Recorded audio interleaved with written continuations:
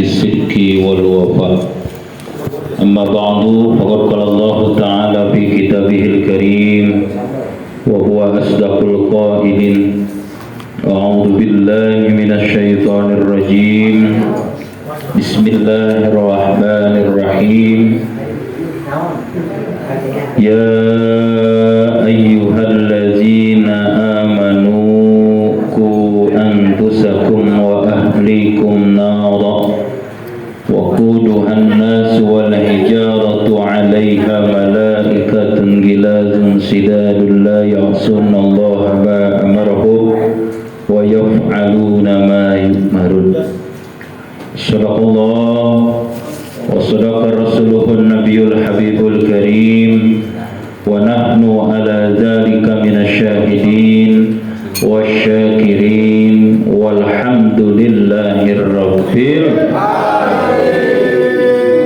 Hadirin Mukarram, para asatidz tokoh agama, tokoh masyarakat, para sepuh, wabil khusus yang sama kita hormati Sahibul Bait, yaitu guru kita Bapak Amin, yang mudah-mudahan segala macam pengorbanan, hidangan dan lain sebagainya malam ini yang sudah disediakan Allah balas dengan balasan pahala yang berlipat ganda.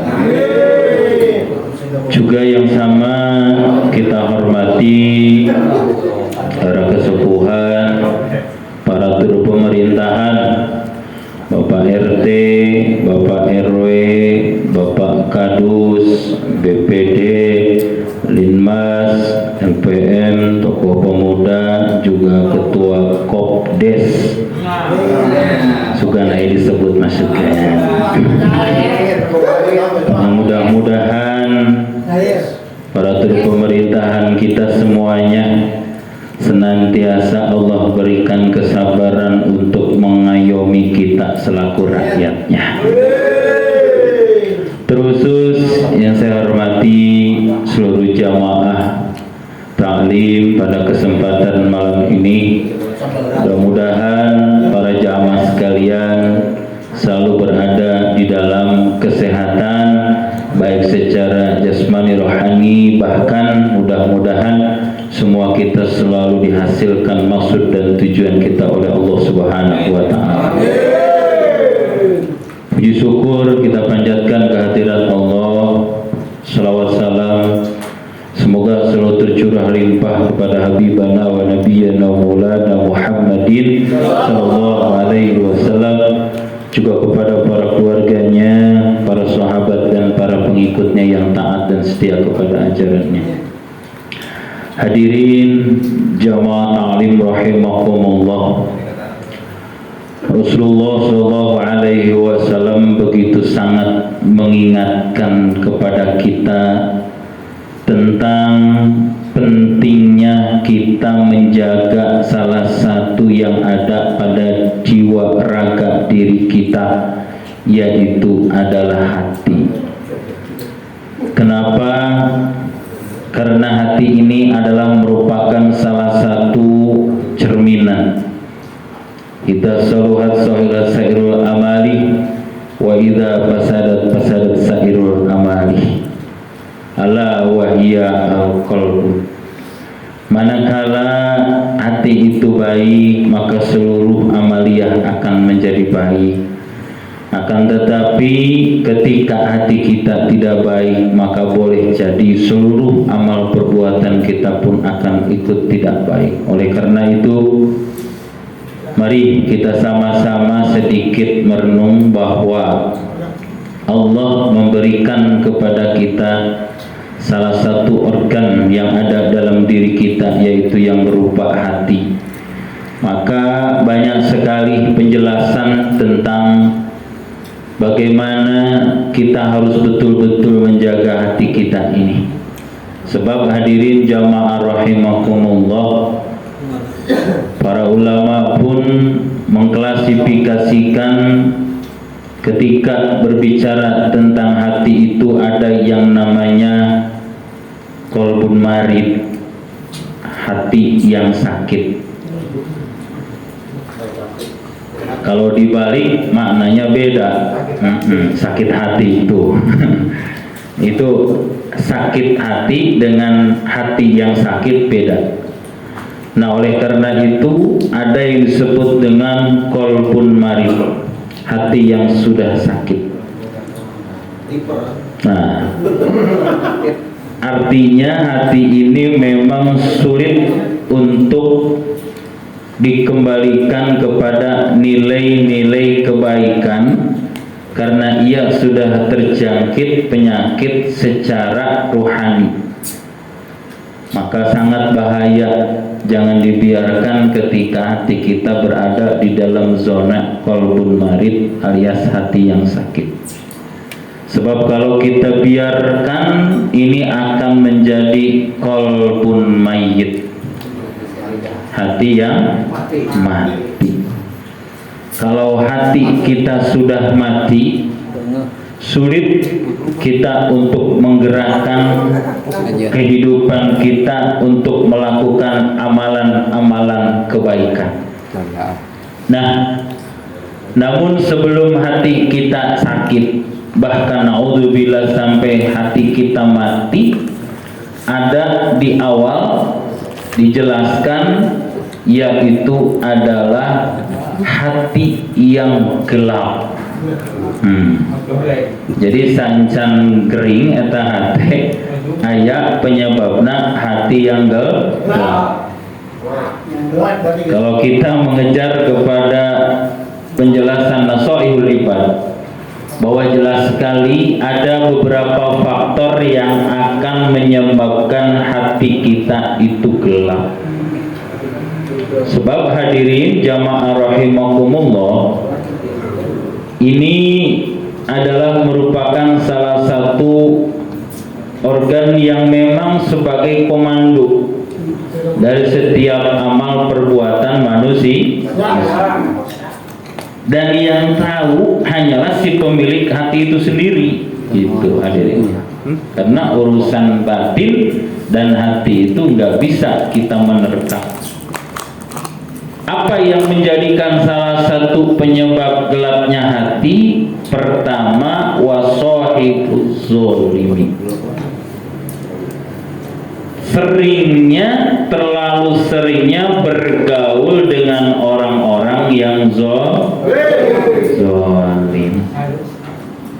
Jadi ulah loba teuing gaul jeung jelema zalim. Padahal gaul jeung pengajian ya. Nah, kita mau kadun cocok ya. Beunang liwai. Pernah ada peribahasa, urang ulin gaul jeung tukang minyak gitu lah ya.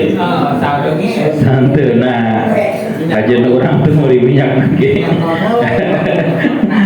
Ya, kajen teu meuli minyak seungit lagi, kadang-kadang lumayan lah kebagian seungitna. Itu hadirin. Ya. Ini salah satu pergaulan. Bergaul memang dalam Islam pun boleh dengan siapapun, yang penting batasan-batasan yang memang sesuai dengan hukum. Nah, oleh karena itu terlalu banyaknya kita bergaul dengan orang-orang yang zalim, lambat laun kita akan meniru dengan perbuatan zalim orang tersebut. Rugi mun urang teu jadi jelema zalim ge urang dizalim. Nah, gitu hadirin. Entah wasahibu zalimi, terlalu kita bergaul dengan orang-orang yang zalim itu bisa menyebabkan hati kita menjadi gelap. Maka ketika kita mampu bergaul dengan orang-orang yang memiliki nilai-nilai kebaikan, apalagi memiliki nilai-nilai arah keimanan, insya Allah hati kita akan menjadi terang. Hati kita akan penuh dengan cahaya hidayah dari Allah Subhanahu wa Ta'ala. Sebab lamun gaulna jeung zama zalimah di mana hati kakarak aya niat rek melakukan kebaikan teh pasti diganggu naon gitu ya. Nah, di Vegas ya ngeunah ya gitu. Nah, jadi hadirin jamaah rahimakumullah, maka faktor yang pertama yang akan menjadi hati kita menjadi gelap yaitu adalah terlalu banyaknya kita bergaul dengan orang-orang yang zalim. Lambat laun kita bisa terperangkap dan bisa menjadi komunitas zalim tersebut. Naudzubillah.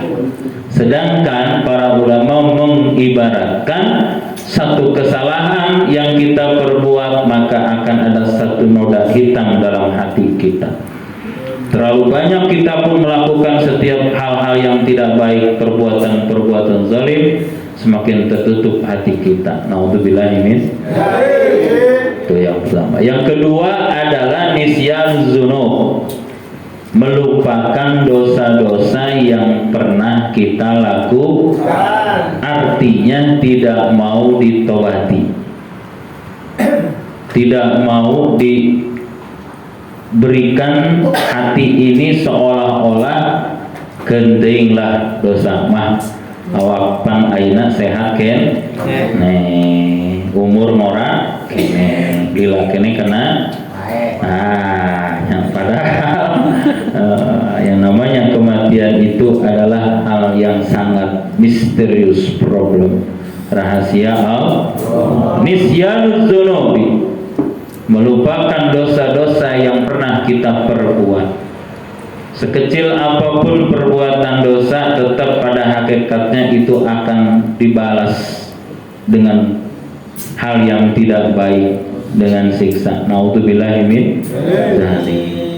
Tapi kembali ketika kita melakukan sekecil apapun kebaikan yang kita lakukan, sama Allah pun akan membalas dengan kebaikan.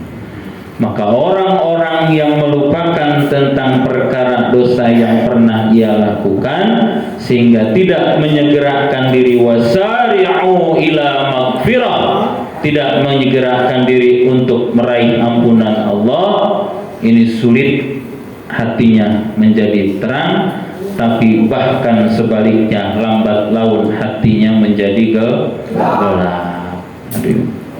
Maka ini sangat harus kita waspadai. Dosa seperti apa yang bisa menyebabkan hati kita gelap? Salah satu di antaranya adalah dosa di mana ketika kita berani meninggalkan yang dimaksud perintah-perintah Allah. Komo perintah Allah sering ditinggalkan, ai maksiat terus wae dilaksana, ini lebih berbahaya. Eta mah hatena lain gelap deui. Pokoknya eta mah hati-hati. Maka orang alhamdulillah hadirin jamaah rahimakumullah, malam ini Masya Allah kita bisa berkumpul beristighfar kepada Allah, membaca sholawat, membaca ayat-ayat Al-Quran, membaca kalimat thayyibah, maka ini adalah sama sedang mencuci hati kita dari kotoran-kotoran yang mungkin ada, baik noda sedikit ataupun nodanya yaitu banyak, perbuatan dosa sedikit ataupun dosa yang banyak pernah kita lakukan seminggu kemarin ini, tiba pada malam Jumat ini, maka kita cuci, kita bersihkan dengan kalimat-kalimat istighfar yang sudah kita baca tadi. Tuh, maka perlu kita bersihkan hati insya Allah. Karena orang-orang yang sudah siap untuk membersihkan noda-noda keburukan dalam hatinya, insya Allah dia senantiasa akan dibimbing kehidupannya oleh Allah Subhanahu wa Ta'ala. Nah, hadirin, maka organ tubuh dalam diri kita yang dimaksud dengan qalbun, yaitu hati, ini memang luar biasa.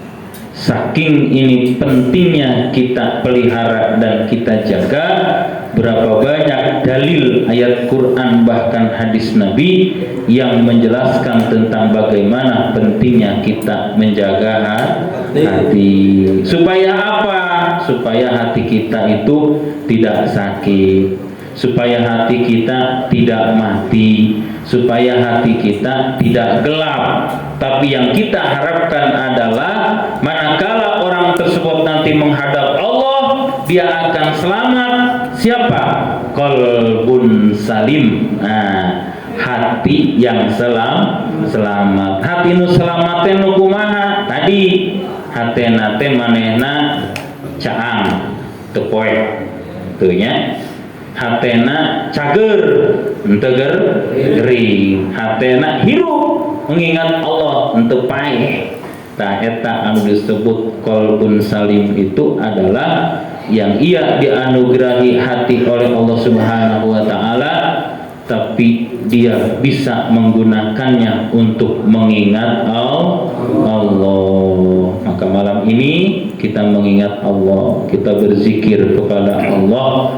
Inilah menjadi salah satu bukti nyata bahwa kita dianugerahi hati oleh Allah. Mudah-mudahan hati kita masuk kepada kategori qalbun salim, yaitu hati yang selamat, hati yang terang, hati yang penuh dengan ketenangan. Amin ya rabbal alamin. Mudah-mudahan melalui 10 menit yang saya sampaikan ini kiranya menjadi salah satu bahan renungan untuk kita bersama, bahwa pentingnya kita memelihara dan menjaga hati, sebab ini adalah merupakan anugerah, nikmat dari Allah begitu besar. Dianugerahi kita hati, tapi gunakanlah dengan sebaik-baik mungkin untuk fungsinya, yaitu adalah mengingat Allah.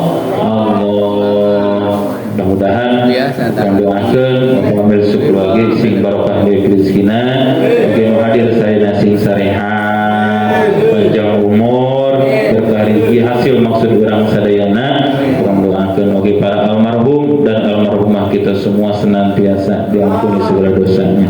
Al-Fatihah. A'udzubillahi minasyaitonir rajim. Bismillahirrahmanirrahim. Alhamdulillahirabbil alamin arrahmanir rahim maliki yaumiddin. Iyyaka na'budu wa iyyaka nasta'in. Ihdinas siratal mustaqim. Siratal ladzina an'amta 'alaihim ghairil maghdubi 'alaihim waladdallin. Amin wa fani karim. Allahumma bihaqqil Fatihah, sirfatil karamatil Fatihah wa bil mu'jizatil Fatihah. Ibtalana ya Allah.